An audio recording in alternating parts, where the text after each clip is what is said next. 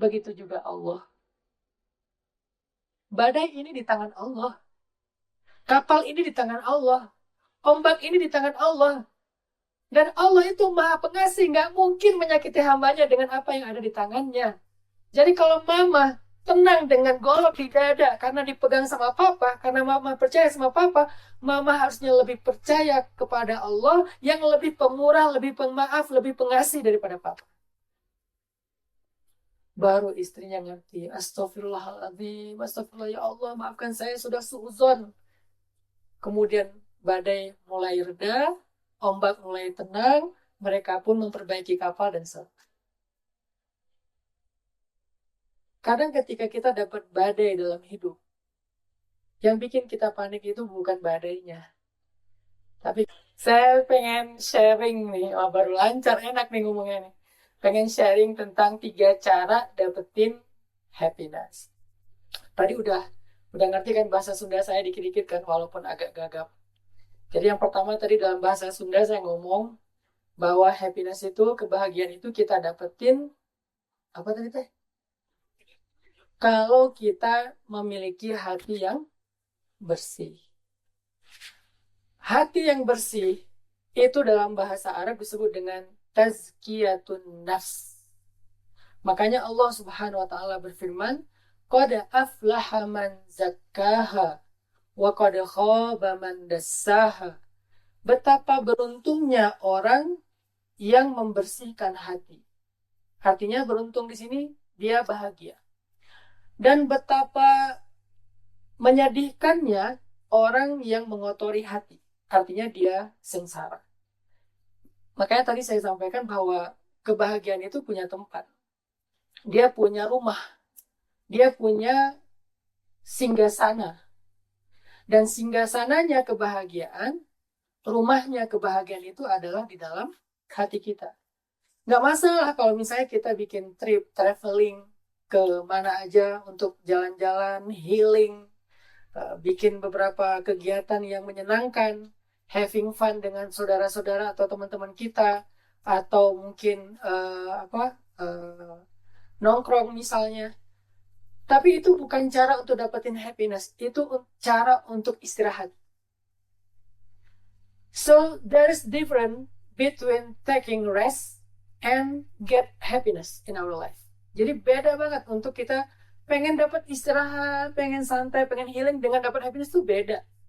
Jangan sampai kita berpikir, saya pengen dapat kebahagiaan dengan cara bikin trip, dengan cara belanja, dengan cara beli make up atau skincare, dengan cara misalnya nongkrong, ngopi gitu. Itu cara kita untuk istirahat. Tetapi untuk dapat happiness bukan hanya sekedar istirahat. Ada orang yang kebanyakan istirahat malah jadi akhirnya bosan. Kan kebanyakan nongkrong, kebanyakan ngahulen, kebanyakan diam kan malah jadi apa? Jadi bosan kan? Dan bosan adalah another problem. Akhirnya kita kayak komplain lagi, stres lagi, akhirnya depresi. Karena kita berpikir bahwa istirahat itu adalah the way to happiness. Ternyata istirahat bukan the way to happiness. Istirahat itu adalah cara kita untuk nge-refresh, nge-recharging energi. Supaya kita bisa beraktivitas lagi. Jadi kita butuh istirahat. We need a break. But the rest is not about happiness. Jadi kita butuh break. Kita tuh butuh istirahat santai. Nonton. Mungkin sebagian main game. Sebagian scrolling TikTok. Lato-lato.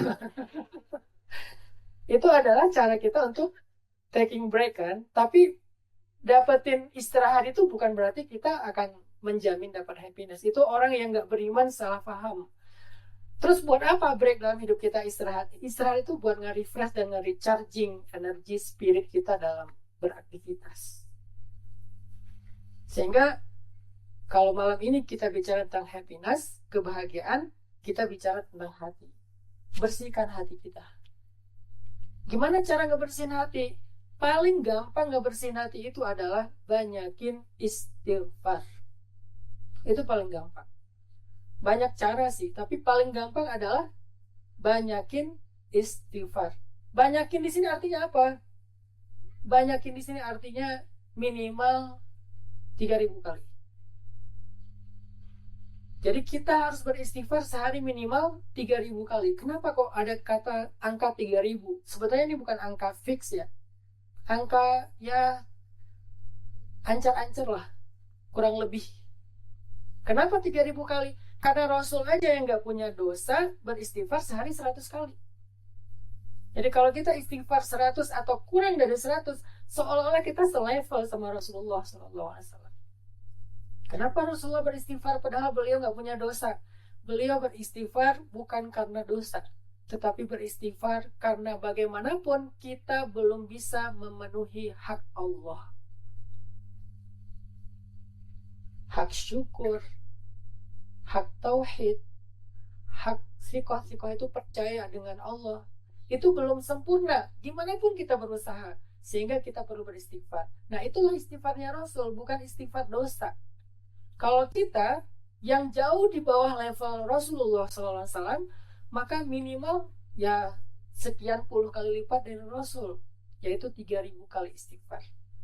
Atau yang lebih gampang lagi, coba teman-teman istighfar sampai kerasa di hati teman-teman itu istighfar tuh kerasa di sini. It's the same thing like if you have exercise when you run somewhere or you riding the horse. If you ride the horse just for one run or 1 minute, you get nothing. You will not get the apa istilahnya tuh endorphin. If you just walk around slowly and just for 1 minute, so you have to exercise more than 30 minutes to get endorphin in your body. Gitu juga dengan exercise istighfar. Hati kita nggak akan dapat endorfinnya, artinya kebahagiaan di dalam hati, kalau istighfar atau riyadhah itu exercise, riyadhah istighfarnya itu sebentar gitu. Astagfirullah. Itu sama kayak kita jalan 3 langkah. Astagfirullah 10 kali sama kayak kita cuman lari sebentar, treadmill tapi masih kecepatan rendah, nggak dapat endorfin. Jadi kalau teman-teman pengen ngerasain ada endorfin di hati, maka riyadhahkan, exercise-kan istighfar teman-teman sampai kerasa ada endorfin. Endorfin hati itu gimana sih Ustaz? Rasa halawatul iman, manisnya iman, nikmat dalam ibadah. Sholat nikmat, zikir nikmat, tilawah Al-Quran nikmat. Itulah endorfinnya hati. Sehingga saya mengancar-ngancar ya 3.000 lah. Tapi ada kalanya kadang 3.000 belum kerasa teman-teman.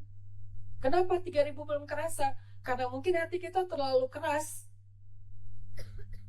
Sehingga kita butuh istighfar lebih banyak lagi. Ketika kemarin saya umroh, saya coba exercise istighfar sehari 5.000. Kenapa 5.000? Karena di Masjidil Haram satu kali kita beribadah lebih baik dari 100.000 kali. Ya kalau 5.000 berapa sih? 500.000 ya. 500.000 kali istighfar seolah-olah. Itu kerasa banget tuh di hati tuh. Beres istighfar bukan pengen keluar dari masjid, pengen sholat sunnah. Kan kalau misalnya kita istighfarnya nggak sampai endorfin nih, beres istighfar, alhamdulillah udah istighfar, gitu kan? Alhamdulillah udah istighfar. Kenapa? Artinya dia bersyukur udah selesai istighfarnya. Dia ngerasa kayak istighfar tuh capek, akhirnya dia pengen pulang, pengen ya tadi break lagi, pengen santai. Tapi kalau istighfarnya sampai kerasa endorfin di hati, beres istighfar, buka Quran, baca, muncul semangat beribadah, itu istighfar tuh udah kerasa tuh. Habis istighfar, pengen sholat sunnah. Habis istighfar, pengen dengerin ta'lim. Habis istighfar, pengen zikir. Nggak akan pengen berhenti tuh. Berhenti bukan karena kita pengen, tapi karena kita harus. Istrinya ngomel misalnya, anak nangis, ada kerjaan yang harus dikerjain, karena harus, bukan karena kita pengen. Kita masih pengen ngelanjutin istighfar. Itu adalah cara ngebersihin. The second way to get the happiness in our life, adalah dengan mengenal Allah lebih dekat, memiliki positive thinking about Allah. Kalau bahasa kita tuh husnuzon kepada Allah. Husnuzon kepada Allah. Itu adalah cara paling mudah untuk bahagia. Kenapa kok husnuzon kepada Allah itu cara paling mudah untuk bahagia? Karena orang yang husnuzon kepada Allah nggak pernah berpikir hidupnya itu apa ya, malang.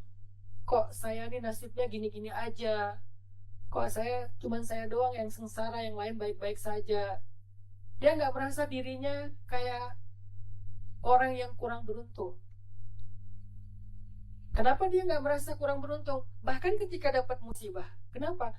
Karena dia percaya Allah pasti menginginkan yang terbaik untuk dia dengan cara diberi nikmat atau diberi ujian. Dia percaya Allah selalu menginginkan yang terbaik untuk dia, bisa dengan cara dikasih nikmat atau bahkan yang lebih baik lagi dengan cara dikasih ujian. Cuman kita pengen cara yang pertama ya, walaupun sebetulnya cara kedua lebih baik dan Allah lebih tahu. Makanya Allah berfirman, wa asa wa huwa khairul lakum wa asa tuhibbu syai'an wa huwa syarrul lakum wallahu ya'lamu wa antum la ta'lamun. Bisa jadi kalian benci sesuatu padahal itu baik untuk kalian, dan bisa jadi kalian menyukai sesuatu padahal itu buruk untuk kalian. Kalimat yang paling pentingnya adalah dan Allah lebih tahu sedangkan kalian tidak tahu. Siapa yang lebih tahu? Allah.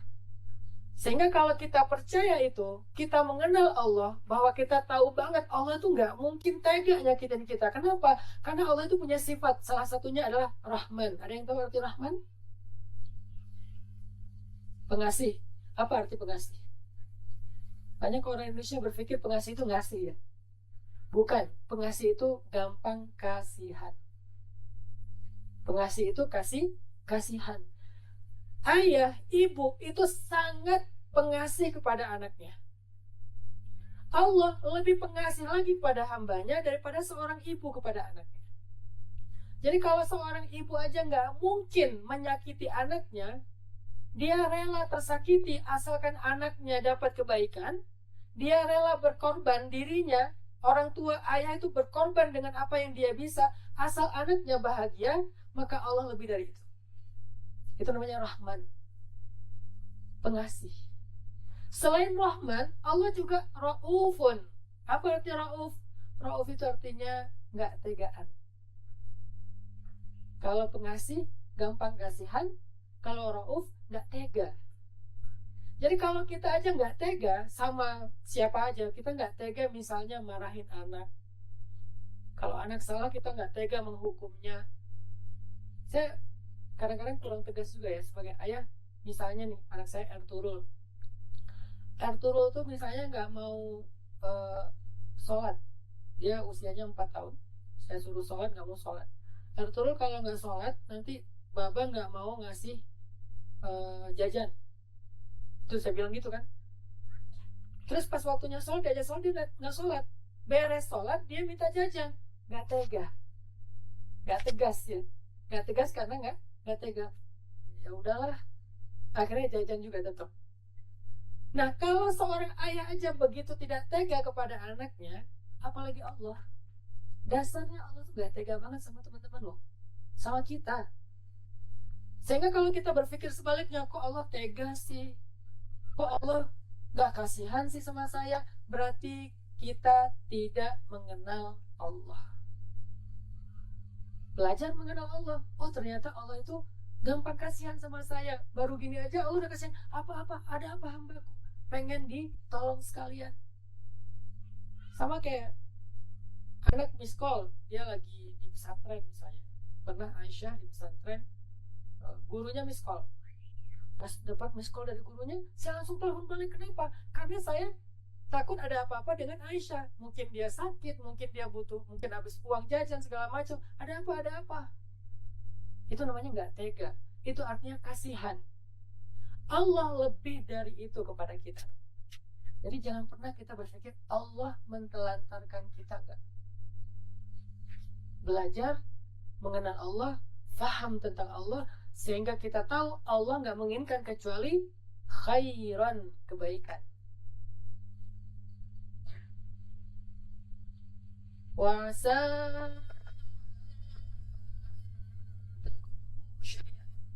wa huwa khairul lakum. Kadang kita nggak suka, tapi Allah kasih. Kenapa? Wa huwa khairul lakum. Karena itu baik untuk kita. Kan banyak hal yang kita nggak nyaman, ternyata setelahnya kita mendapatkan kebaikan. Sama kayak kita belajar nggak nyaman, setelah itu dapat ijazah. Olahraga nggak nyaman, capek, tapi setelah itu dapat endorfin, jadi bugar, jadi sehat. Diet nggak nyaman, setelah itu dapat pujian dari suami. Belanja nggak nyaman, tetapi kemudian makin dicintai sama istri. Ya, banyak hal yang kita nggak nyaman ternyata khairun lakum, lebih baik untuk kalian. Dalam hidup kita paham itu dan maklumi. Kenapa dengan kehendak Allah enggak? Wa asa tuhibbu syai'an wa huwa syarrul lakum. Kadang kita pengen banget sesuatu tapi nggak dikasih. Kenapa? Allah tahu itu nggak baik buat kita. Sama kayak seorang ayah atau ibu ketika anaknya pengen main gadget, main game secara lebih berlebihan, dilarang sama orang tuanya. Saya bilang ke Yahya, abang jadwal main gadget sejam aja ya sehari ya. Itu sebagai apresiasi karena abang udah belajar, udah sekolah seharian, udah ngaji. Tapi itu pun dikasih tahu apa yang boleh ditonton dan enggak. Setelah 1 jam, stop. Kenapa kok di stop? Saya nyaman, saya suka. Itu nggak baik buat abang. Jadi akhirnya dia ngerti, oh ayah saya paham, ayah saya itu sayang sama saya, makanya dilarang. Allah juga kayak gitu. Allah ngelarang, Allah tidak memberikan sesuatu karena Allah sayang sama kita. Takutnya kalau diberikan kita tuh nggak siap, sama seperti Qarun minta harta, akhirnya celaka dengan hartanya. Fir'aun minta jabatan, celaka dengan jabatannya. Haman apa? Minta kekuasaan, celaka dengan kekuasaannya. Namrud minta kerajaan, celaka dengan kerajaannya. Tapi kalau dia siap, Allah kasih. Sulaiman dikasih kerajaan, Zulkarnain dikasih kerajaan, karena mereka siap dengan kekayaan. Abdurrahman bin Auf dikasih kekayaan, malah dia nangis dapat kekayaan. Kita nangis karena nggak dapat kekayaan. Kebalikan. Belajar memahami. Ada satu cerita tentang mengenal Allah dan memahami Allah. Ini bagus banget analoginya. Jadi ceritanya ada satu pasangan suami istri melakukan perjalanan naik kapal. Awal berangkat laut tenang, gak ada masalah, kapalnya berlayar dengan baik. Tiba-tiba di tengah jalan terjadi badai. Badai yang luar biasa, ombak besar, sehingga kapalnya mulai hampir tenggelam. Banyak yang rusak, air masuk ke dalam kapal, orang panik, semua teriak-teriak. Termasuk perempuan ini yang bareng suaminya, dia juga panik, histeris, teriak-teriak, gimana kalau kita mati, ya Allah, dan seterusnya teriak-teriak. Mereka semuanya panik. Tapi suaminya duduk tenang. Ketika istrinya panik, seisi kapal itu panik, suaminya duduk dengan tenang. Kemudian istrinya bingung, malah nanya ke suaminya, Kang, kenapa kok kamu tenang banget? Kenapa kamu kok nggak panik seperti yang lain? Kan kita mau tenggelam ini, air udah masuk ke kapal, sebentar lagi kita tenggelam di tengah lautan. Kemudian kata suaminya, mah duduk dulu. Setelah istrinya duduk, diambillah gergaji. Diletakkan di, bisa gergaji, bisa golok lah ya, karena nggak terlalu jelas ceritanya. Diambil gergaji atau golok, diletakkan di dada istrinya, diletakkan sama suaminya. Kemudian suaminya nanya, mama takut nggak dengan golok ini? Mama takut nggak dengan gergaji ini? Kata istrinya, ya enggak lah, kenapa saya harus takut? Tapi kan golok dan gergaji ini bahaya. Tapi kan golok dan gergaji itu di tangan papa. Gak mungkin dong papa nyakitin mama. Selama ini mama tahu papa itu sayang banget sama mama, setia, baik, soleh. Gak mungkin papa akan menyakiti mama walaupun papa mau memegang golok. Kemudian suaminya meletakkan golok dan mengatakan, mah, begitu juga Allah. Badai ini di tangan Allah. Kapal ini di tangan Allah. Ombak ini di tangan Allah. Dan Allah itu maha pengasih, gak mungkin menyakiti hambanya dengan apa yang ada di tangannya. Jadi kalau mama tenang dengan golok di dada karena dipegang sama papa, karena mama percaya sama papa, mama harusnya lebih percaya kepada Allah yang lebih pemurah, lebih pemaaf, lebih pengasih daripada papa. Baru istrinya ngerti, astagfirullahaladzim, astagfirullah, ya Allah, maafkan saya sudah suudzon. Kemudian badai mulai reda, ombak mulai tenang, mereka pun memperbaiki kapal dan kadang ketika kita dapat badai dalam hidup, yang bikin kita panik itu bukan badainya, tapi kita nggak percaya dengan siapa yang menggenggam badai itu. Sama seperti ketika kita diletakkan golok di dada oleh orang yang kita nggak kenal, pasti kita panik karena kita nggak percaya dengan yang memegang golok. Tapi kalau yang meletakkan golok di dada kita atau benda-benda yang berbahaya di dada kita adalah orang yang kita percaya sekali, seperti Ismail percaya kepada Ibrahim, kita akan tenang. Jadi masalahnya bukan badai, masalahnya bukan ujian, musibah, tapi masalahnya adalah belief kepada Allah.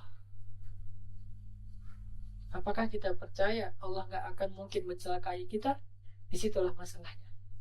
Istafti qalbak, tanya ke dalam hati. Terus gimana cara kita mengenal Allah, Ustaz? Tadi saya sampaikan salah satu cara mengenal Allah yang paling gampang itu adalah berpikir secara dalam yang kita kenal dengan istilah tafakkur tentang ciptaan Allah. Tadi Hoja Alperen, I want to share them about your story about the horse, how Allah create the horse. Tadi Hoja Alperen cerita ke saya tentang bagaimana Allah menciptakan kuda. Jadi kata Hoja Alperen ada sebuah riwayat yang menyebutkan bahwa sebelum Allah menciptakan kuda, Allah menciptakan angin. Lalu Allah berkata kepada angin, wahai angin, aku akan menciptakan makhluk yang lebih baik dari kamu. Angin bertanya, apa itu? Allah katakan kuda. Maka kuda itu memiliki kecepatan seperti angin. Dan kata Hoja tadi, kalau kita menunggangi kuda, rasakanlah angin berhembus di antara telinganya. Itu kenapa saya gak seneng kalau menunggangi kuda itu pelan. Sombong banget ya. Pengen cepat gitu. Kenapa? Angin. Like flying. Jadi kayak, if you ride the horse slowly, you will not feel the flying. Jadi you have to be faster. Jadi kalau udah lebih cepat, wah, I'll fly. Jadi kayak kita lagi kayak terbang gitu kan. Jadi kata Hoja tadi, kalau kita dapat angin dari antara dua telinganya kuda, angin itu adalah angin surga. Masya Allah, saya mulai tafakur nih kebesaran Allah di kuda. Kemudian kata Hoja juga, dan ini ada ayatnya, wasakhkhara lakum ma fis samawati wa ma fil ardh. Allah menundukkan untuk kalian apa yang di langit dan di bumi. Salah satunya kuda.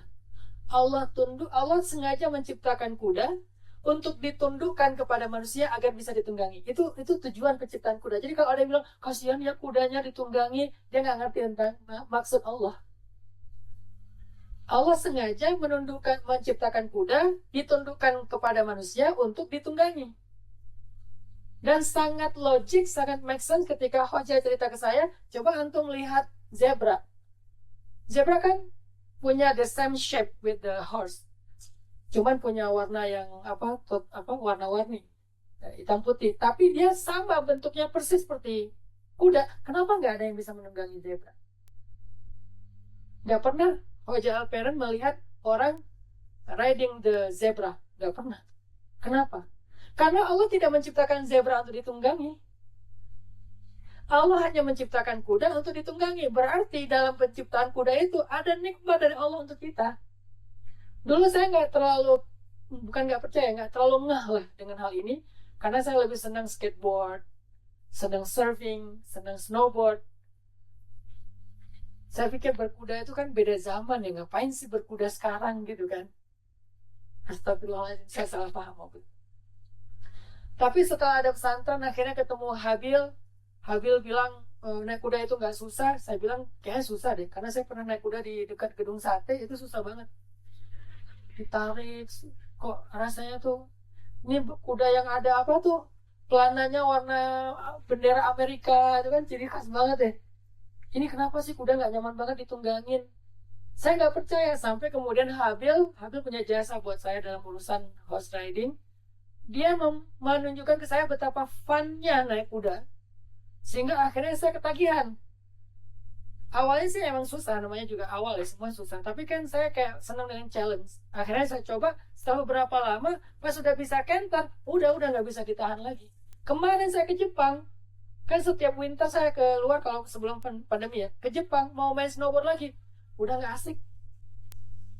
Jadi pas sampai ke salju main snowboard, kok nggak asik ya? Kayak saya cari kuda aja deh, saya sombong banget. Akhirnya saya main apa? Main ember, seluncuran sama Ertuğrul sama Yahya. Kenapa? Karena udah jatuh cinta dengan horse riding. Kayaknya yang lain itu kayak walaupun keren semua, keren sih. Snowboarding keren, skateboard keren, surfing keren. Tapi kayak ini beda, ini spesial. Saya baru tahu memang ini bukan tentang alat perang di zaman dulu, bukan alat transportasi di zaman dulu, bukan. Riding the horse adalah anugerah, gift from Allah. Mau di zaman dulu, mau di zaman sekarang, mau sampai hari kiamat, riding the horse is gift from Allah. Jadi siapa yang bisa menunggangi kuda, dia bukan tentang ngapain sih, kan udah ada mobil, kan udah ada motor, udah ada pesawat, udah ada kapal, ngapain pakai kuda? Ini bukan tentang transportasi. Ini bukan tentang perang. Ini tentang gift. Jadi menikmati gift dari Allah itu ternyata saya baru sadar ketika mempelajari kuda, bukan cuma naik, tapi groomingnya, filosofinya. Hari ini dapat banyak banget insight dari Hoja Alperan tentang filosofi kuda. Akhirnya saya, Masya Allah, ini gift banget nih. Itu namanya tafakkur. Jadi bukan sekedar naik tapi mikir. وَيَتَفَكَّرُونَ فِي خَلْقِ السَّمَاوَاتِ وَالْأَرْضِ, memikirkan tentang penciptaan langit dan bumi atau apa yang ada di dalamnya. Saya mikir lagi baca buku tentang The Miracle Life of Plants, buku tentang keajaiban hidupnya pohon-pohon. Sejak saya baca buku itu, saya kalau melihat pohon dipaku atau terluka, itu kayak melihat orang terluka. Jadi kayak ngerti gitu, oh pohon itu, kan nonton Avatar 1. Avatar 1 itu sebetulnya kode, sebuah message, sebuah pesan tentang uh, the way of plants atau the way of tree ya. Jadi kayak cara hidupnya tanaman dan pohon itu di Avatar 1. Kalau Avatar 2, the way of water kan, kehidupan di air. Nah di Avatar 1 itu dijelasin, dan itu sangat relate dengan apa yang saya baca di buku, bahwa di dalam akar pohon itu ada jaringan yang 1 sendok tanah kita ambil, 1 sendok teh tanah kita ambil, itu mengandung jaringan komunikasi pohon sebanyak lebih dari 100.000 mil. 1 sendok teh tanah. Jadi kalau kita ambil tanah nih, di dalamnya ada jaringan 100.000 mil. Jaringan apa? Itulah kecerdasannya semesta. Sama kayak jaringan otak kita. Saraf otak kita kan panjang. Kalau ditarik itu, ternyata saraf kita lebih panjang daripada sebuah jalan tol. Panjang banget. Dan Allah menciptakannya luar biasa. Tersimpan dengan baik di dalam organ tubuh kita dan di kepala kita. Tapi dibandingkan dengan jaringan yang ada di sebuah ekosistem forest atau pohon-pohon, maka otak kita itu cuma menyimpan kurang dari 1% besarnya jaringan yang ada di dalam tanah dan pohon. Itu dahsyat. Sehingga nyangkul tanah itu sama dengan ngerusak jaringan. Sehingga orang yang paham tentang masalah permakultur, mereka nggak suka nyangkul berulang kali.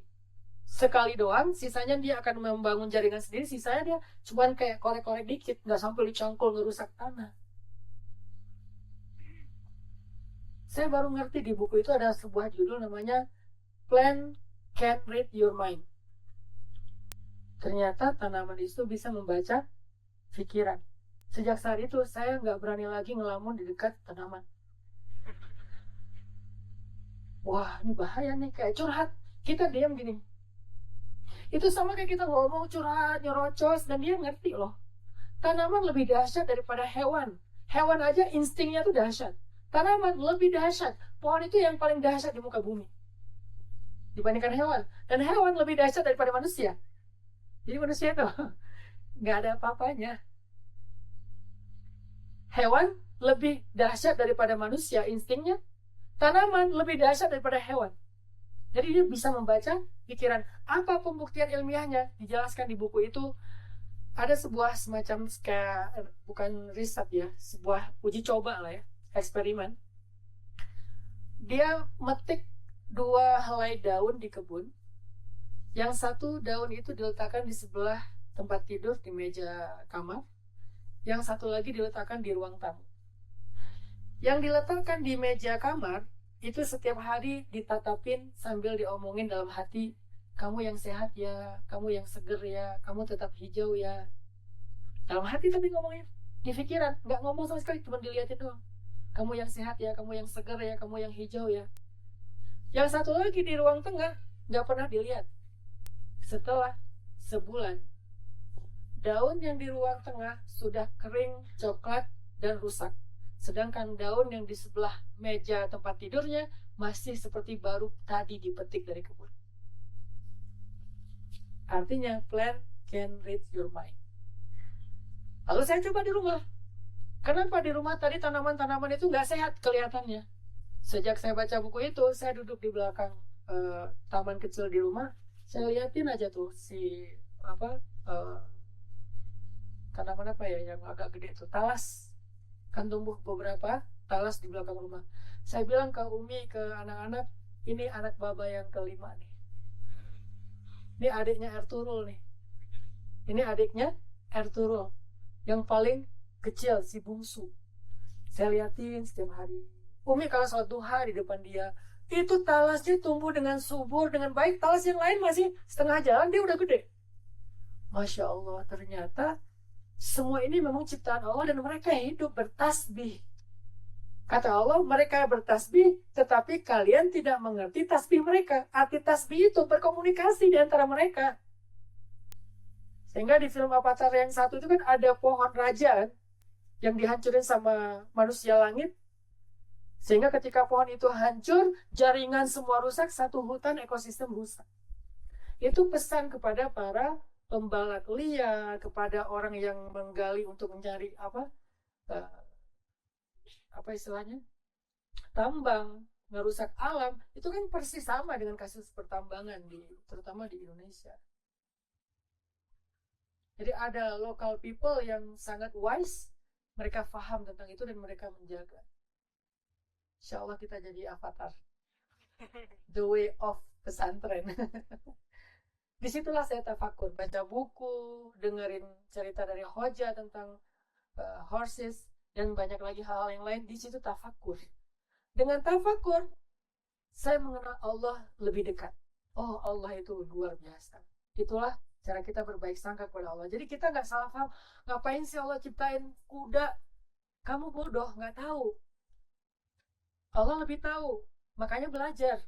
Ngapain sih Allah menciptakan pohon kayak gini? Ngapain sih ada ini? Ngapain sih ada itu? Riwah-riwahin aja kita. Ngapain sih ada ular? Setelah saya belajar sedikit saja, walaupun belum expert, permaculture, saya baru tahu ular semua itu adalah keseimbangan alam.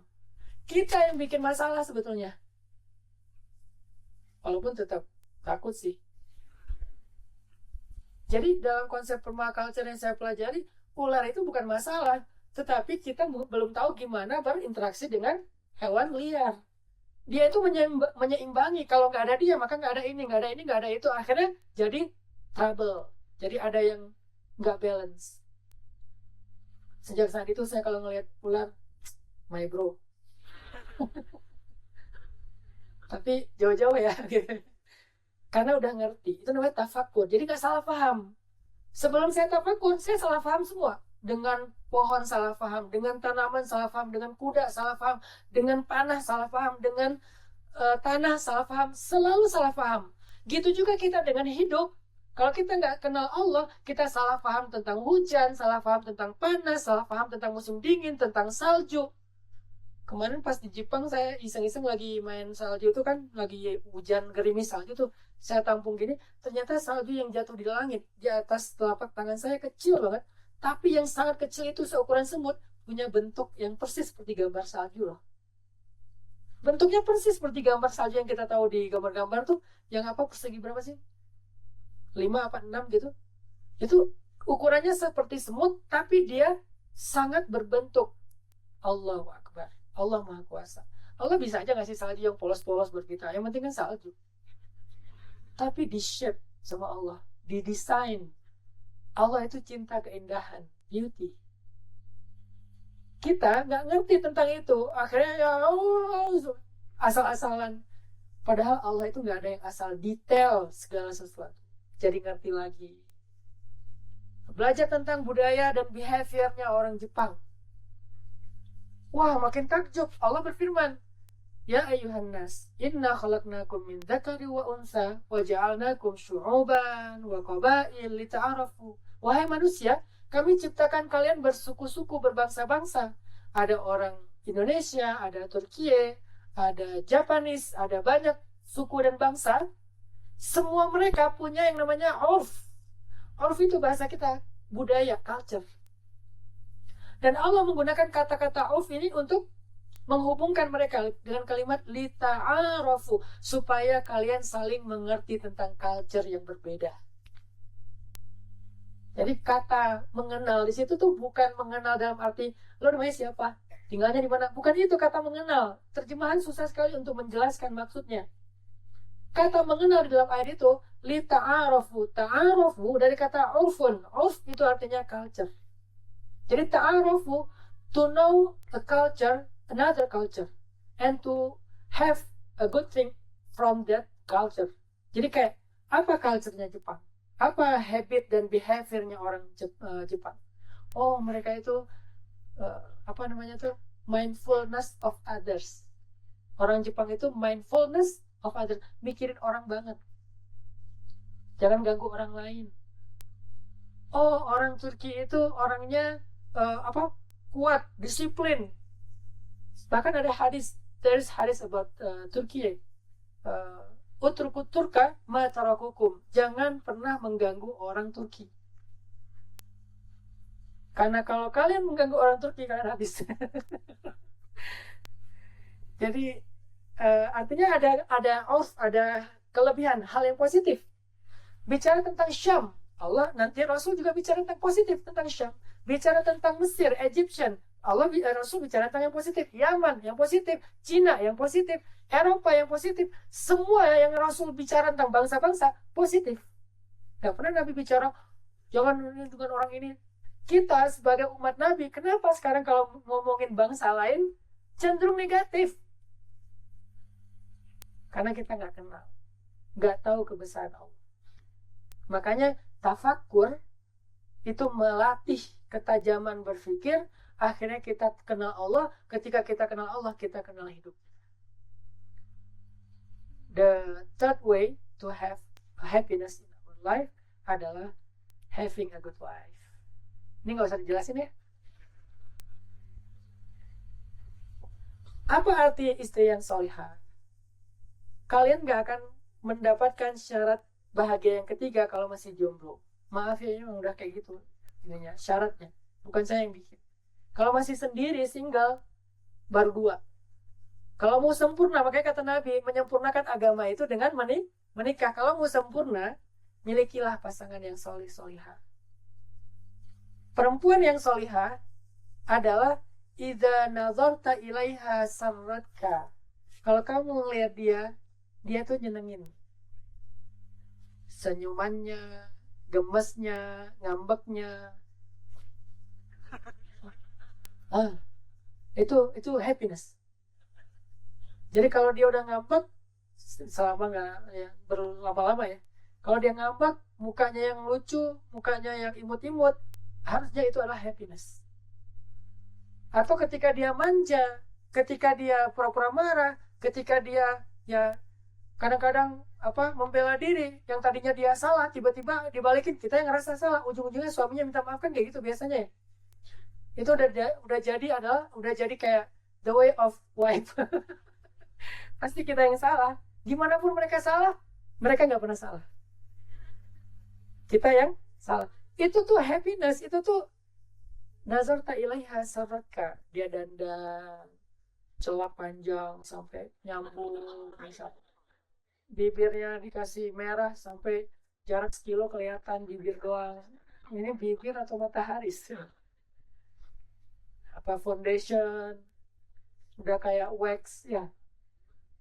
Itu semuanya adalah untuk suaminya, supaya kalau dilihat oleh suami menyenangkan hati. Itu perempuan solihah, idza nazarta ilaiha sarratka wa idza amartaha ata'atka. Kalau kamu meminta dia, menyuruh dia, maka dia taat. Jadi istri yang solihah yang menjadi happiness itu, kalau suaminya ngomong atau menyuruh, meminta sesuatu, dia mengerjakan, dia merespon, dia menjawab, nggak cuek, nggak diam, sehingga suaminya ngerasa dicuekin, nggak dihargai. Dia merespon, dan itu tuh bahagia banget suaminya. Yang ketiga, perempuan yang solehah itu kata Nabi, idza taraktaha hafizatka fi amwalika wa ahlika. Kalau kamu tinggalin dia, dia menjaga kamu. Arti menjaga kamu gimana? Kalau dia chat sama yang lain, dia chat seolah-olah kamu ada di sebelahnya. Harus hati-hati nih. Nggak boleh pakai emoticon kecuali. Kenapa? Dilihat suami. Nggak boleh ngomong yang terlalu berlebihan. Ditunggu ya. Apa Ci? Nggak. Biasa aja ditunggu ya. Apaan? Atau apalah kamu nanya. Kamu bertanya-tanya. Dia lihat sama suaminya. Nah, ini artinya dia menjaga suaminya. Itu solehah. Dia di TikTok, dia nggak terlalu berlebihan. Kalau dia di TikTok justru dia kayak dance, dia apa. Nah, itu bukan nikmat hidup. Suami yang soleh sederhana. Yang pertama, suami yang salih itu adalah suami yang menyempurnakan hak istrinya, terutama dalam urusan nafkah. Jadi suami yang akan menyenangkan hidup istri adalah ketika memberikan jaminan kenyamanan. Dia tuh pejuang, bukan tentang berapa banyak, tapi tentang dia mau berjuang untuk menafkahi istri.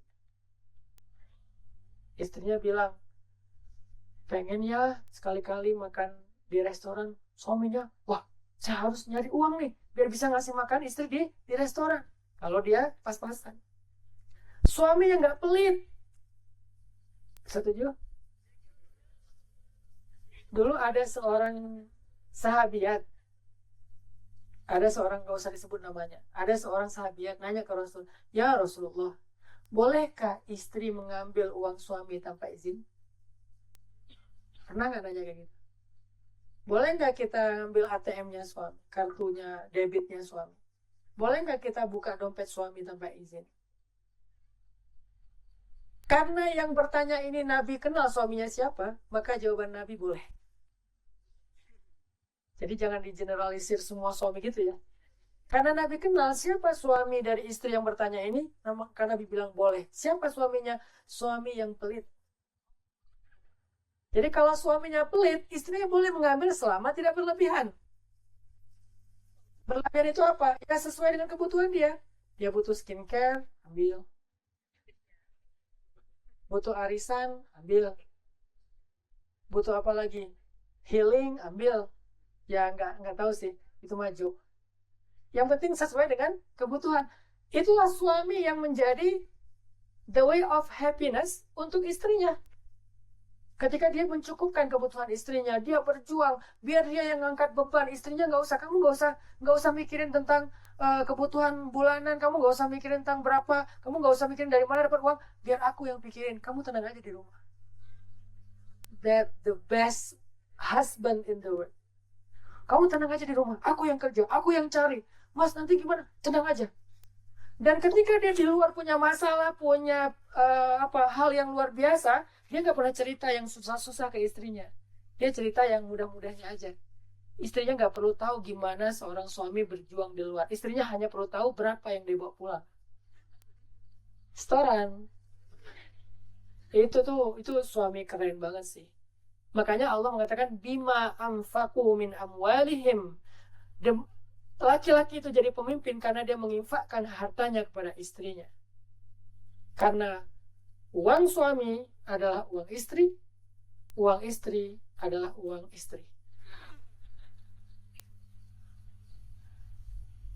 Jangan pernah berpikir, mah kok mama tabungannya gede banget, lebih gede dari papa. Emang kayak gitu takdir kita. Emang enak jadi cowok. Karena takdir itulah kita dikasih warisan 2:1.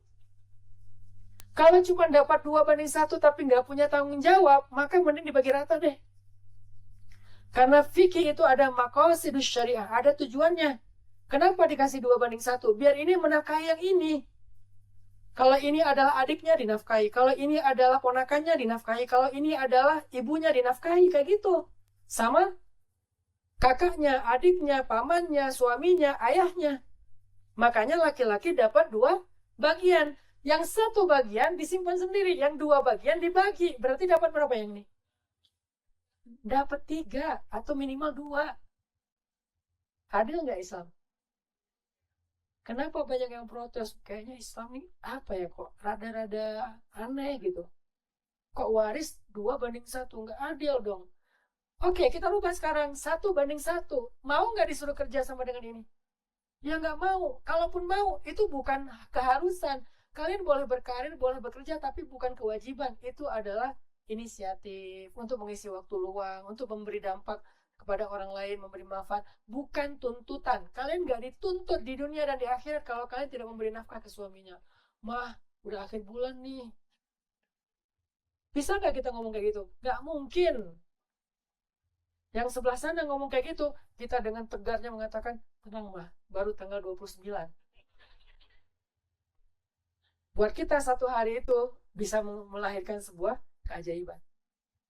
Itulah suami yang ideal, suami yang soleh. Mudah-mudahan 3 cara ini bisa kita dapetin dalam hidup kita. 1 adalah memiliki hati yang bersih. 2 adalah mengenal Allah lebih dekat. Dan yang ketiga adalah memiliki pasangan yang soleh dan solehah. Barakallahu fikum. Mari kita lanjutkan dengan salat Isya berjamaah. Wassalamualaikum warahmatullahi wabarakatuh.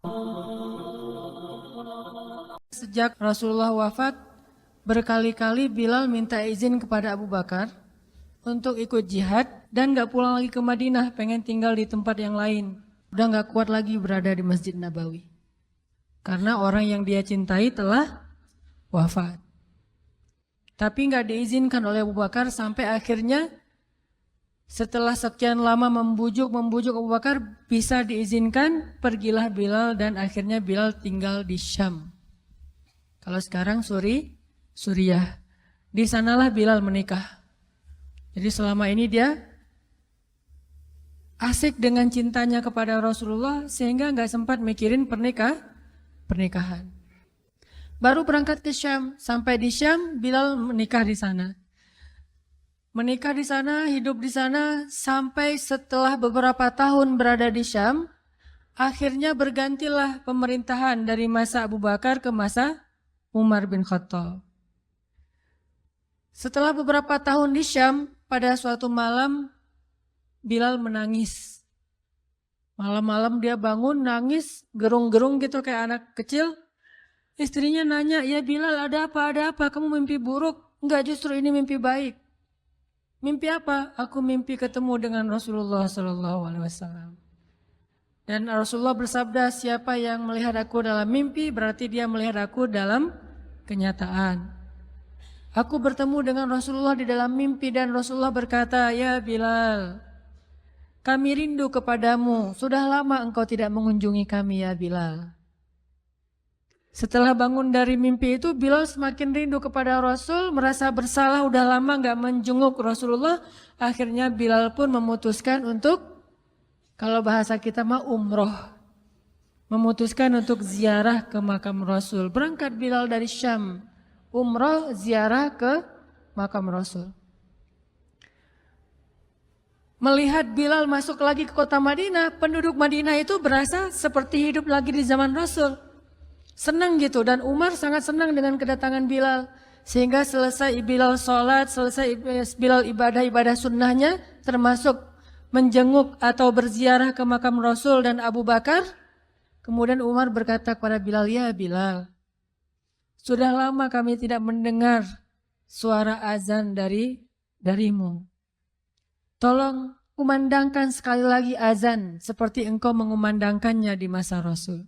Kami rindu ingin merasakan suasana di zaman Rasul."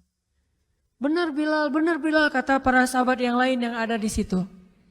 Umar, kemudian Abdurrahman, beberapa orang sahabat, "Ya Bilal, azan, kami ingin mendengar suaramu seperti dulu kami mendengarnya di masa Rasul." Kata Bilal, "Saya tidak akan kuat." Kata mereka, coba dulu kamu usahakan karena kami ingin sekali mendengarnya. Saya tidak akan kuat. Cobalah wahai Bilal demi kami supaya kami bisa semangat lagi dalam beramal soleh mengikuti perjuangan Rasulullah. Akhirnya karena udah dipaksa terus, Bilal pun mengumandangkan azan. Allahu Akbar, Allahu Akbar. Kota Madinah kaget mendengar suara Bilal. Orang-orang yang ada di rumah semuanya mengatakan, apakah Rasulullah sudah bangkit kembali? Apakah Rasulullah sudah bangkit kembali? Mereka semuanya kaget dan bahagia. Seolah-olah Rasulullah sudah bangkit dari kematiannya. Seperti Isa seolah-olah diturunkan kembali setelah dia diangkat ke langit. Satu kota Madinah tuh kaget bahagia gitu. Kayak seorang ibu yang kehilangan anaknya tiba-tiba mendengar suara anaknya dari jarak dekat dan ingin dipeluk segera anaknya itu. Saking rindunya mereka kepada Rasulullah. Allahu Akbar, Allahu Akbar. Pasar yang tadinya ramai tiba-tiba sepi mendengar suara Bilal yang masih sayup-sayup. Asyhadu an la ilaha illallah. Semuanya berlari keluar dari tempat-tempat kerja mereka, dari pasarnya, dari rumahnya. Semuanya berlari ke masjid. Ingin memastikan apakah Rasulullah sudah dibangkitkan kembali. Bahagia semuanya. Apakah Rasulullah sudah dibangkitkan? Apakah Rasulullah sudah hidup lagi? Semuanya bertanya dengan pertanyaan yang sama. Asyhadu an la ilaha illallah. Semuanya semangat datang ke masjid. Ngumpul, ramai banget. Kemudian ketika Bilal mengatakan, Asyhadu anna Muhammadar Rasulullah. Asyhadu anna. Enggak sanggup lagi Bilal, berhenti di situ. Kemudian Bilal menangis dengan suara nangis yang luar biasa kerasnya. Lalu satu masjid menangis, lalu satu kota Madinah menangis. Sehingga para ulama mengatakan, tidak pernah kota Madinah menangis sedahsyat mereka menangis hari itu kecuali ketika Rasulullah wafat. Cuma 2 kali menangisnya kota Madinah paling dahsyat. 1 hari ketika Rasulullah wafat. 2 hari ketika Bilal kembali mengumandangkan azan dan mengucapkan asyhadu anna Muhammadar Rasulullah. Semuanya menangis. Semuanya merasa kehilangan Rasulullah. Semuanya merasa bahwa mereka ingin kembali di zaman ketika Rasulullah masih hidup. Lalu mereka bertanya setelah semuanya selesai menangis, "Ya Bilal, kenapa kamu tadi menangis?" Kata Bilal, "Dulu biasanya kalau saya selesai mengumandangkan azan, saya akan datang ke hujrahnya Rasul." Hujrah Rasulullah itu kamarnya Rasul, rumah kecilnya Rasul. Selesai azan saya akan datang ke rumahnya Rasulullah dan memanggil, "Ya Rasulullah, as-salah, as-salah." Rasulullah nggak keluar sampai mendengar suara Bilal memanggil beliau secara khusus. Udah selesai azan, Bilal manggil Rasul, "Ya Rasulullah, as-salah, as-salah." Baru Rasulullah keluar dengan wajah berseri-seri. Sekarang bagaimana saya akan memanggil Rasulullah sedangkan Rasulullah sudah bersama kekasihnya yaitu Allah Subhanahu wa taala. Menangis lagi satu masjid, satu kota Madinah. Pokoknya hari itu adalah hari berkabung sekota Madinah. Hari menangisnya kota Madinah, saking rindunya mereka kepada Rasulullah. Bagaimana dengan kita ketika mendengar suara azan dan muazin mengucapkan nama Rasulullah Sallallahu Alaihi Wasallam. Di situ kelihatan apakah kita mencintai Rasulullah lebih dari apapun juga setelah Allah Subhanahu wa taala. Kalau tidak, fatarabbasu, hati-hati. Kalau tidak, fatarabbasu, tunggu aja. Na'udzubillah min dzalik, berarti masih ada kemunafikan dalam hati kita. Bagaimana kita, apakah hati kita merasa gemetar, bergetar ketika kita mendengar suara seseorang mengatakan Muhammad sallallahu alaihi wasallam, Rasulullah sallallahu alaihi wasallam. Apakah hati kita bergetar seperti bergetarnya hati seorang kekasih ketika mendengar suara kekasihnya, nama kekasihnya disebutkan?